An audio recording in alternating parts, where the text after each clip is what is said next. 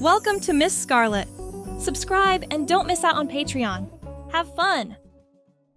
Sunlit dust motes danced, suspended beneath the rays of afternoon light that filtered through the boutique's bay windows. This fairy dust of the material world encompassed the ghostly white wedding gowns adorning the walls. The immaterial become tangible.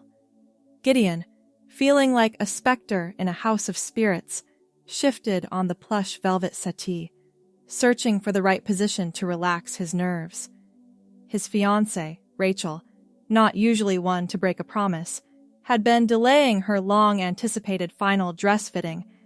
He felt consciously awkward waiting around, observing the poised women drifting amongst the bridal dresses.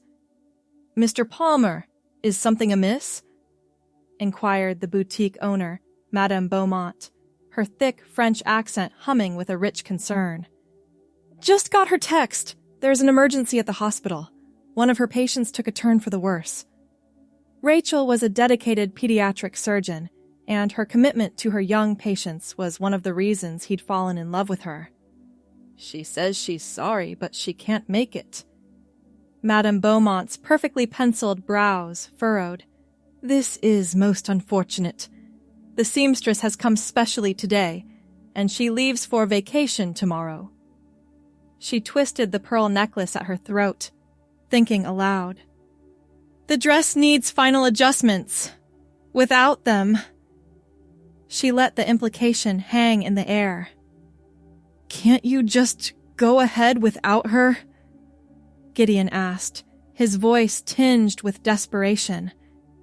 Their wedding date was locked in, deposits paid, and family flying in from across the country. The boutique owner shook her head firmly. "Impossible! We need to see how the dress fits now after the initial alterations." Gideon's shoulders slumped. He'd taken the afternoon off from his architectural firm specifically for this appointment. Another delay could spiral into a cascade of wedding day disasters. A thoughtful expression crossed Madame Beaumont's face as she assessed Gideon's build. "You and your fiancé, you are of similar height, no?" "I suppose." Gideon shrugged. "Rachel's 5'10", I'm 6 feet. She's probably taller in the heels she plans to wear." "And your frames? She is slender but strong, like you." "I guess we're both fairly athletic. Why?" The realization of what she was suggesting hit him suddenly. "Oh, no. No. You can't be serious." "Monsieur Palmer," Madame Beaumont leaned in conspiratorially. "It is not so unusual. When emergencies arise, sometimes fiancés must assist. The alterations are minor, but crucial, mostly about how the dress flows and moves." "You want me to try on Rachel's wedding dress?" Gideon felt heat rising to his face. "For the sake of your perfect day," she replied with a pragmatic nod. "Unless you wish to postpone the wedding?"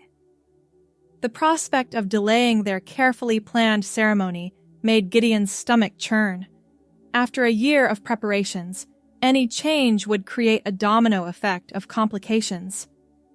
"No one will see except myself and Marie, the seamstress," Madame Beaumont assured him. "And your bride, of course, will never know unless you choose to tell her this amusing anecdote years later." Gideon glanced around the empty boutique. The closed sign had been turned after their appointment started, ensuring privacy. "This is crazy," he muttered, but found himself rising to his feet. "Fine, for Rachel, but this stays between us." Madame Beaumont's face brightened. "Excellent. Come this way to the fitting room." The next 20 minutes were a blur of awkwardness as Gideon stepped out of his charcoal gray suit and stood in his boxer briefs, while Madame Beaumont and Marie, a silver-haired woman with pins clenched between her lips, worked to maneuver him into the ivory lace mermaid gown with crystal beading. Breathe in, please, Madame Beaumont instructed as they fastened the back. The bust is generous enough, she observed clinically, and your shoulders are only slightly broader than your fiancée's. Gideon kept his eyes firmly on the ceiling, feeling utterly ridiculous.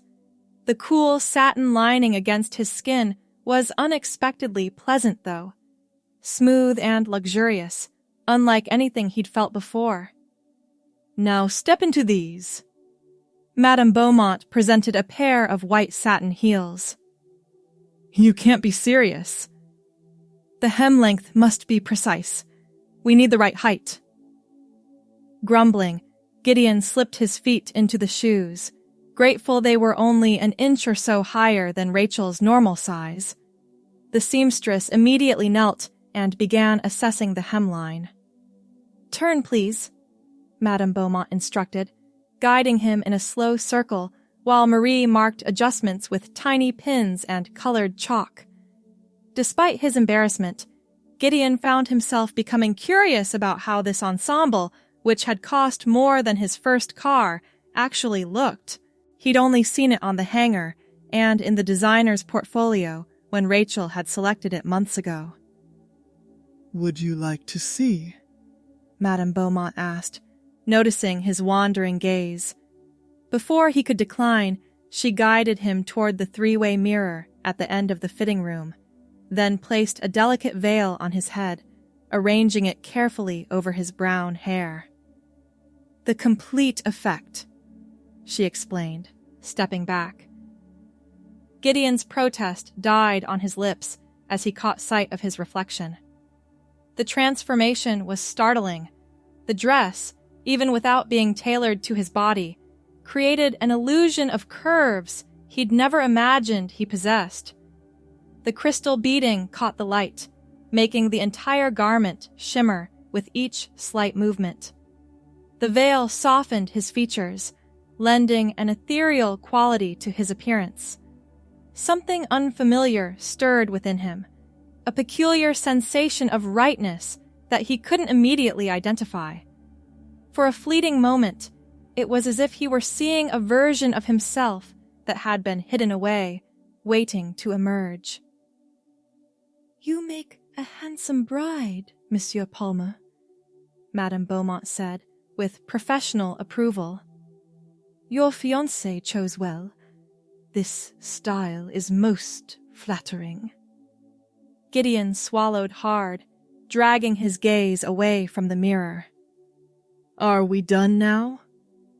Just a few more adjustments to the bustle, Marie muttered around her pins. The remainder of the fitting passed in a daze. When Gideon finally stepped back into his suit 20 minutes later, he felt strangely bereft, as though he'd shed a second skin that he hadn't known he possessed. "Your fiancé's gown will be perfect," Madame Beaumont assured him as he prepared to leave. She is fortunate to have such a dedicated partner. Gideon nodded absently, his mind still partially caught in the reflection he'd seen. Thank you for your discretion. Of course. Though I must say, she added with a knowing smile, you wore it beautifully. Throughout the drive home, Gideon couldn't shake the image from his mind. The way the fabric had embraced him, the unexpected elegance he'd glimpsed in his transformed reflection. It had awakened something inside him, a curiosity that both unsettled and intrigued him. Later that evening, as Rachel recounted her emergency surgery over dinner, Gideon listened attentively while part of his mind remained occupied with the afternoon's experience. I'm sorry about the fitting, Rachel said, reaching across the table to squeeze his hand. Madame Beaumont called to say she'd managed to complete the alterations anyway. Did you wait there the whole time? Gideon hesitated, then smiled. Let's just say I helped solve the problem. The dress is going to be beautiful on you. You're the best. Rachel beamed, oblivious to the new territory her fiancé had stumbled into that afternoon. That night, after Rachel had fallen asleep, Gideon found himself opening his laptop and, after a moment's hesitation, typing "men in dresses" into the search bar. What began as curiosity quickly became an education as he discovered communities, terminology, and personal stories of men who crossed gender boundaries in their dress and presentation. The next morning, while Rachel was in the shower, he found himself examining her closet with new interest, his fingers trailing over the silky fabrics of her blouses and dresses. 3 days later, using an anonymous shipping address at a nearby package receiving store, Gideon placed his first order, a simple navy blue A-line dress, modest in cut, but unmistakably feminine. When it arrived, he waited until Rachel was on overnight call at the hospital before trying it on. Standing before the bedroom mirror, Gideon, his brown hair now softened with a half-wig extension he'd also ordered, felt a wave of recognition wash over him. The person staring back wasn't entirely a stranger, but rather a facet of himself he'd never had the vocabulary to acknowledge. "Hello," he whispered to his reflection, testing the sound of a gentler voice. "Hello, Leah." The name had come to him suddenly, his maternal grandmother's name, a woman known for her quiet strength and dignified grace. It felt right on his lips, a name for this emerging aspect of himself. Over the next few weeks, Gideon's secret collection grew, modest pieces at first, then increasingly confident selections. A burgundy pencil skirt, a cream-colored blouse with pearl buttons, low-heeled black pumps. Each time Rachel worked overnight, Leah emerged, practicing walking in heels, applying makeup with increasing skill, discovering the person who had been waiting to be acknowledged. As their wedding approached, Gideon realized he couldn't enter marriage with this secret between them.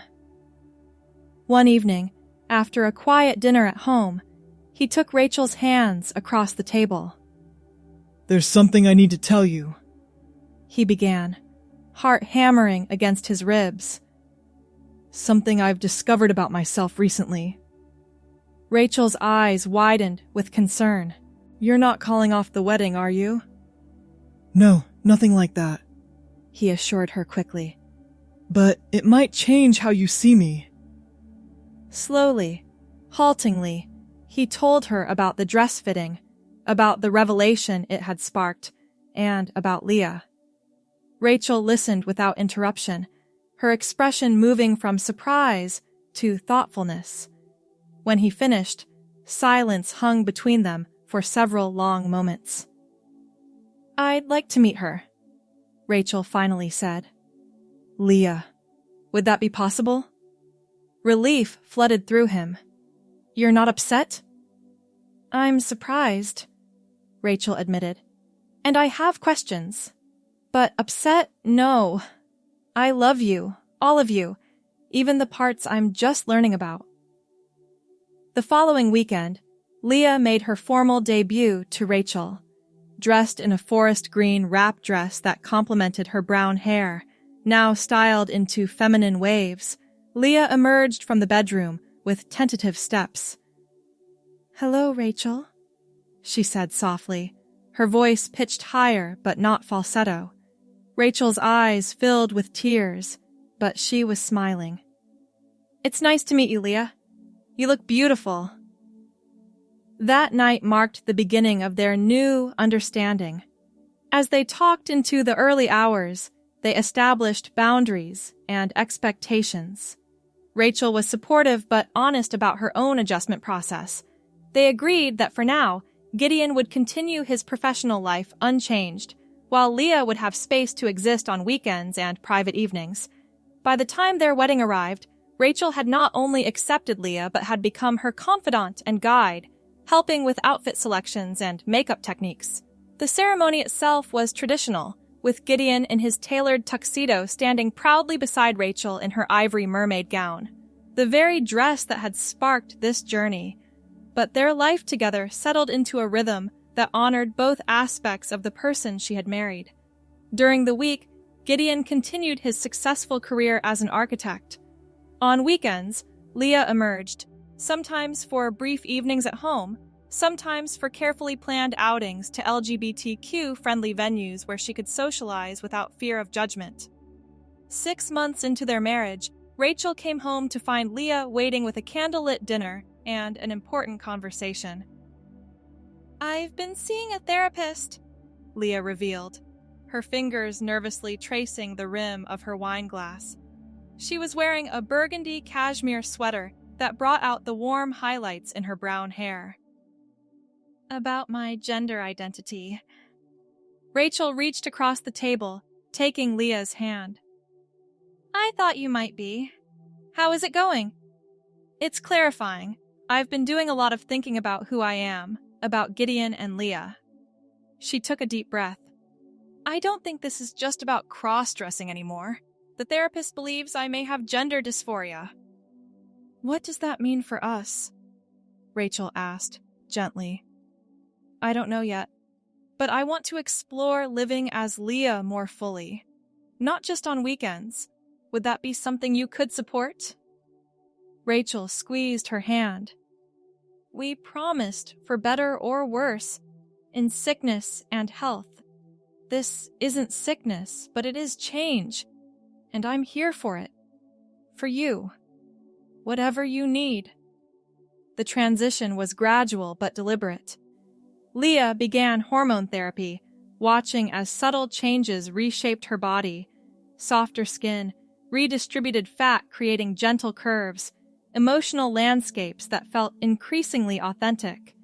Her brown hair, once cut short every few weeks, was allowed to grow, falling past her shoulders in natural waves that no longer required the enhancement of wigs.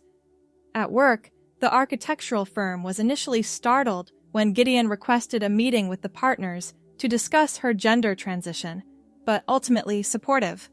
A few clients transferred their projects to other architects, but most remained, caring more about her design skills than her gender presentation. Legal changes followed, her name officially becoming Leah Grace Palmer, gender markers updated on identification documents. Rachel stood beside her through each step, advocating when necessary, celebrating milestones, providing a shoulder during difficult moments. Their social circle shifted somewhat. Some friends drifted away, uncomfortable with the changes. Others drew closer, impressed by both Leah's courage and Rachel's steadfast support. New friends entered their lives, other transgender individuals, allies, people who accepted Leah without the complication of having known her before. 1 year after beginning her transition, Leah attended a gala fundraiser for the hospital where Rachel worked. Dressed in an elegant black evening gown, her brown hair swept into an updo, she navigated the ballroom with growing confidence, Rachel proud on her arm. "Dr. Montgomery!" A colleague approached Rachel, champagne flute in hand. "And this must be your wife. I've heard so much about you, Mrs. Montgomery Palmer." "Leah, please," she replied with a warm smile, extending her hand. The moment passed without awkwardness. Just a normal introduction between professionals. Rachel squeezed her arm gently in silent celebration of this seemingly small but significant milestone. Later that evening, as they swayed together on the dance floor, Rachel rested her head on Leah's shoulder. "Happy?" she asked quietly.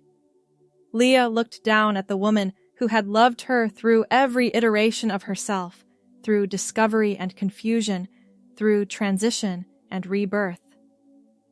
"Complete," she answered. "For the first time in my life, I feel complete." The journey hadn't been without challenges.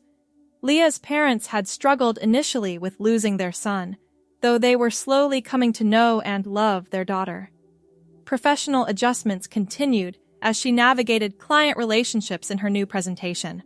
Hormone treatments required constant monitoring and adjustment, but within these challenges, Leah had found an authenticity that infused every aspect of her life. Her architectural designs became more innovative, drawing inspiration from her experience crossing gender boundaries. Her marriage deepened, built on a foundation of radical honesty and acceptance. Her sense of self solidified, no longer compartmentalized between Gideon and Leah, but integrated into one coherent identity. 2 years after her transition began, Leah and Rachel decided to renew their vows, this time with Leah in the wedding dress. They chose a quiet ceremony in their garden, surrounded by those who had supported their journey. Leah wore a simple ivory sheath dress that complemented her figure, her brown hair adorned with tiny white flowers. As they exchanged rings for the second time, Rachel's eyes shimmered with tears. "When I married you, I promised to love you for who you are. I just didn't know then how much of you there was to love. Thank you for trusting me with your whole self." Leah's voice wavered as she responded. "You saw me before I could see myself. Your love gave me the courage to become who I was always meant to be." That evening, after their guests had departed, Leah stood before the bedroom mirror, studying her reflection.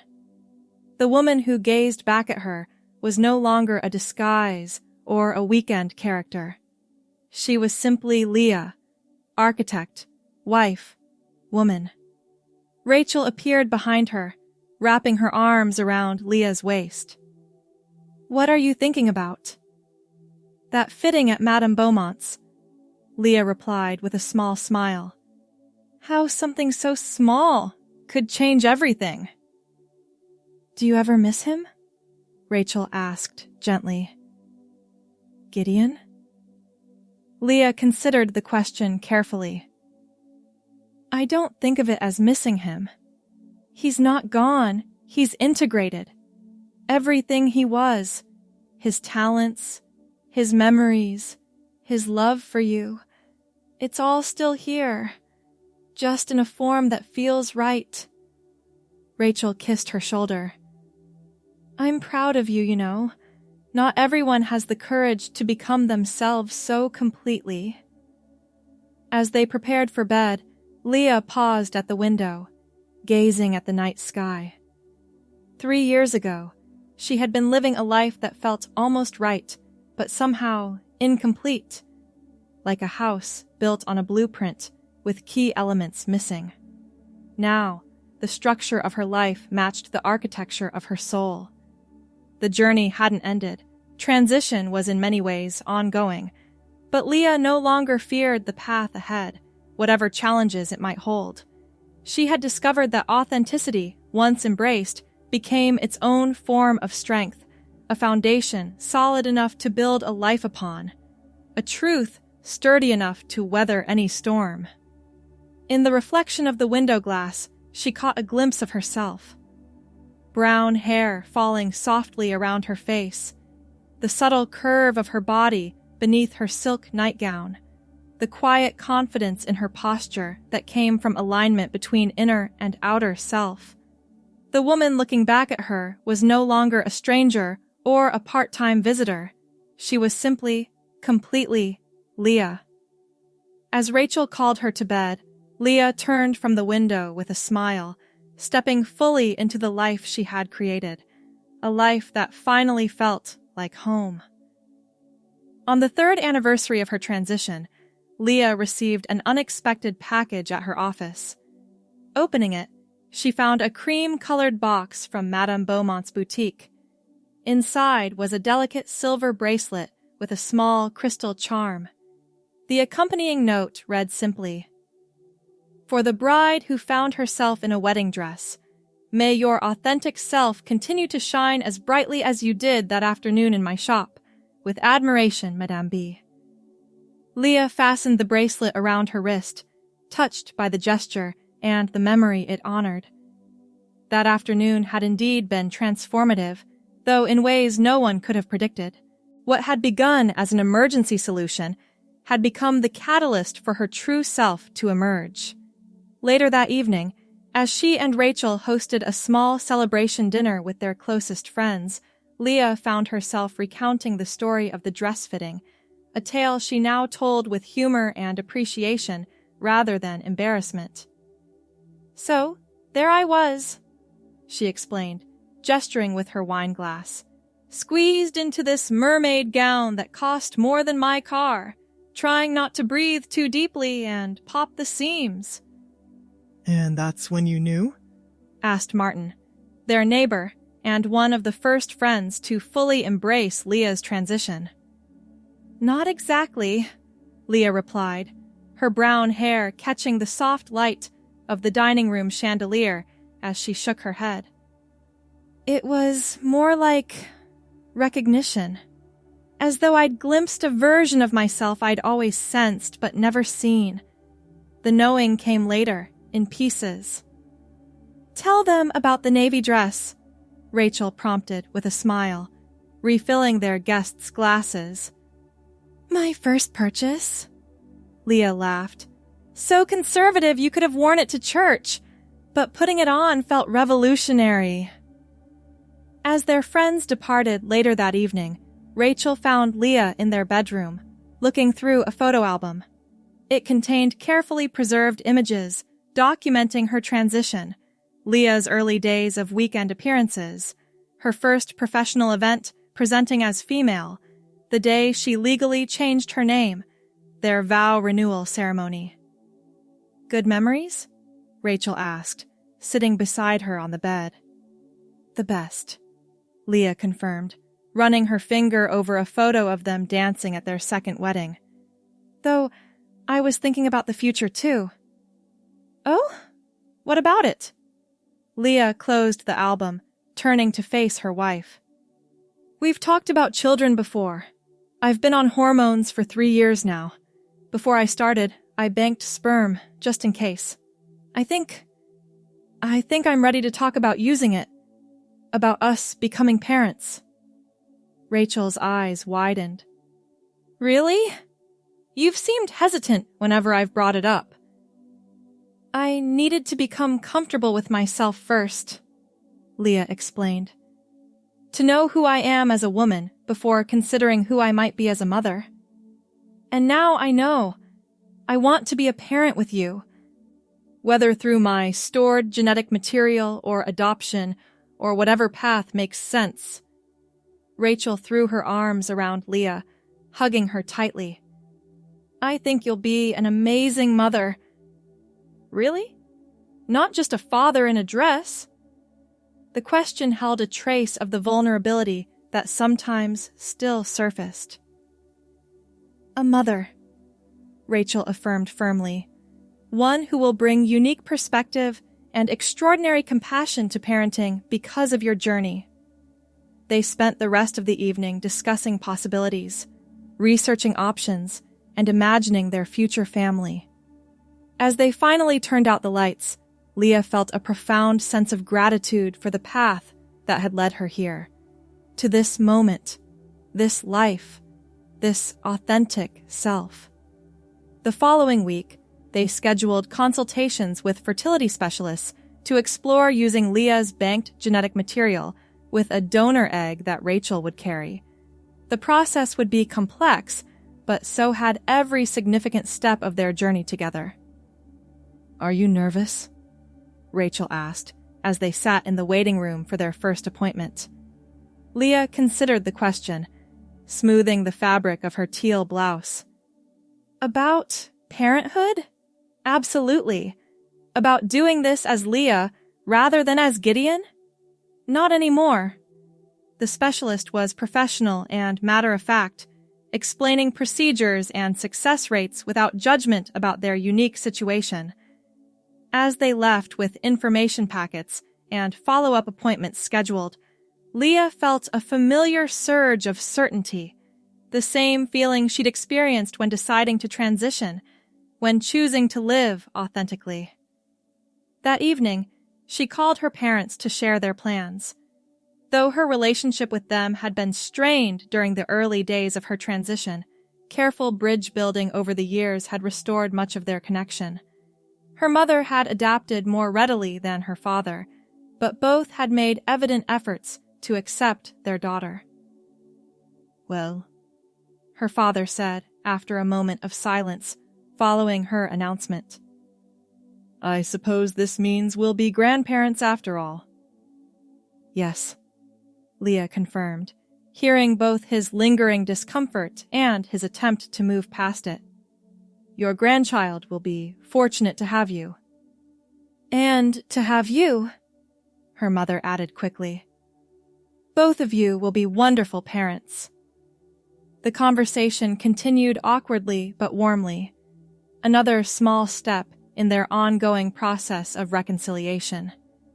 When Leah hung up, she found Rachel watching her with a proud smile. That went better than the time you told them you were staying Leah permanently, Rachel observed. Progress happens in inches, Leah agreed, tucking a strand of brown hair behind her ear. But it happens. 6 months later, after careful medical procedures and anxious waiting, they received the news they'd been hoping for. Rachel was pregnant. As the pregnancy progressed, Leah threw herself into preparations, converting their guest room into a nursery, reading parenting books, attending every doctor's appointment. Have you thought about what the child will call you? Rachel's mother asked during a family dinner, the question hesitant but well-intentioned. Mom, Leah answered without hesitation. I'm going to be their mom, just as Rachel will be. That won't be confusing, her father-in-law asked, genuinely curious rather than challenging. Rachel intervened. No more confusing than families with 2 dads or other kinds of parents. Children understand love and care more than labels. As Rachel's due date approached, Leah found herself reflecting on the incredible journey that had led to this moment. From that afternoon in Madame Beaumont's boutique to impending motherhood, a transformation far more profound than she could have imagined when she'd reluctantly stepped into that wedding dress.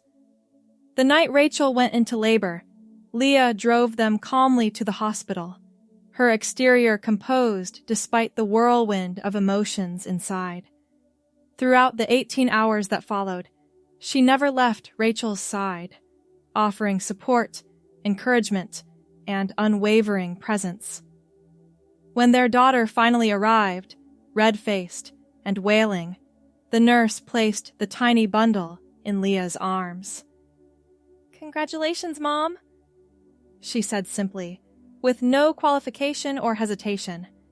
Looking down at their daughter's face, Leah felt a love so overwhelming it seemed to physically expand her chest. This child would know her only as Leah, only as mother.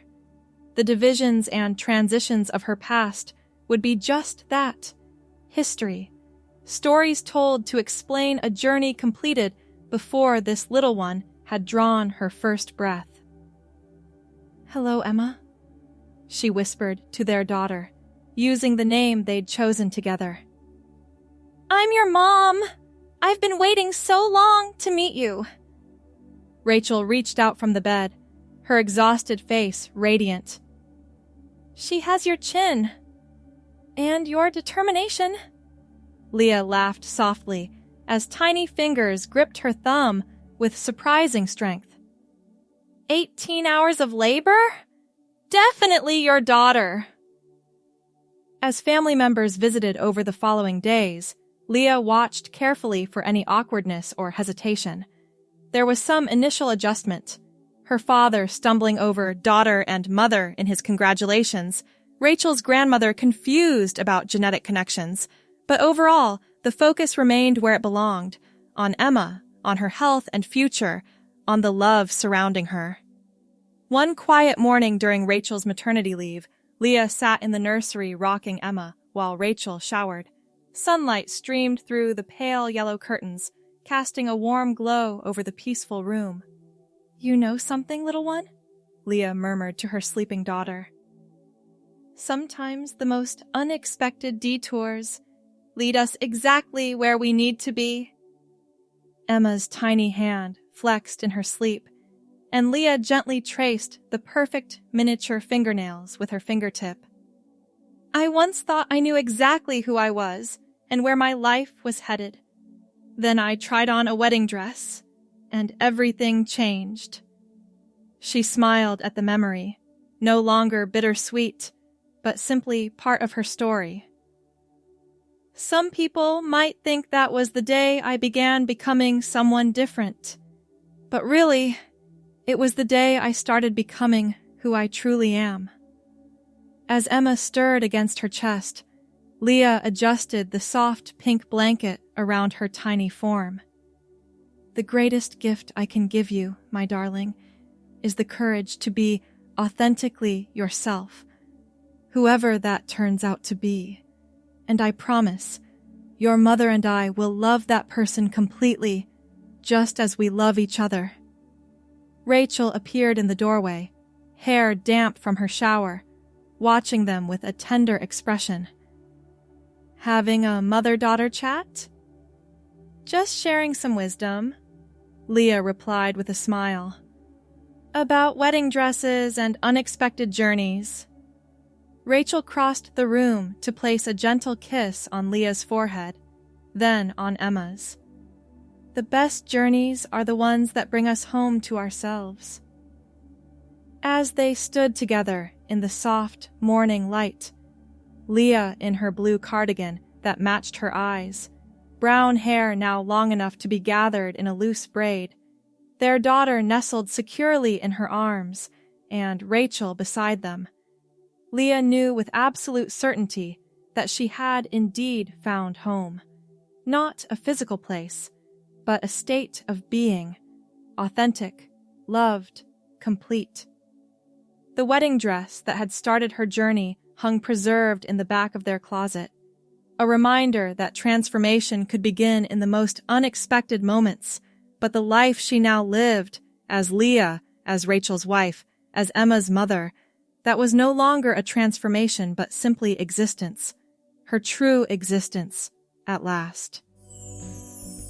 Thanks for watching, my girlies! Be sure to check out Patreon for more!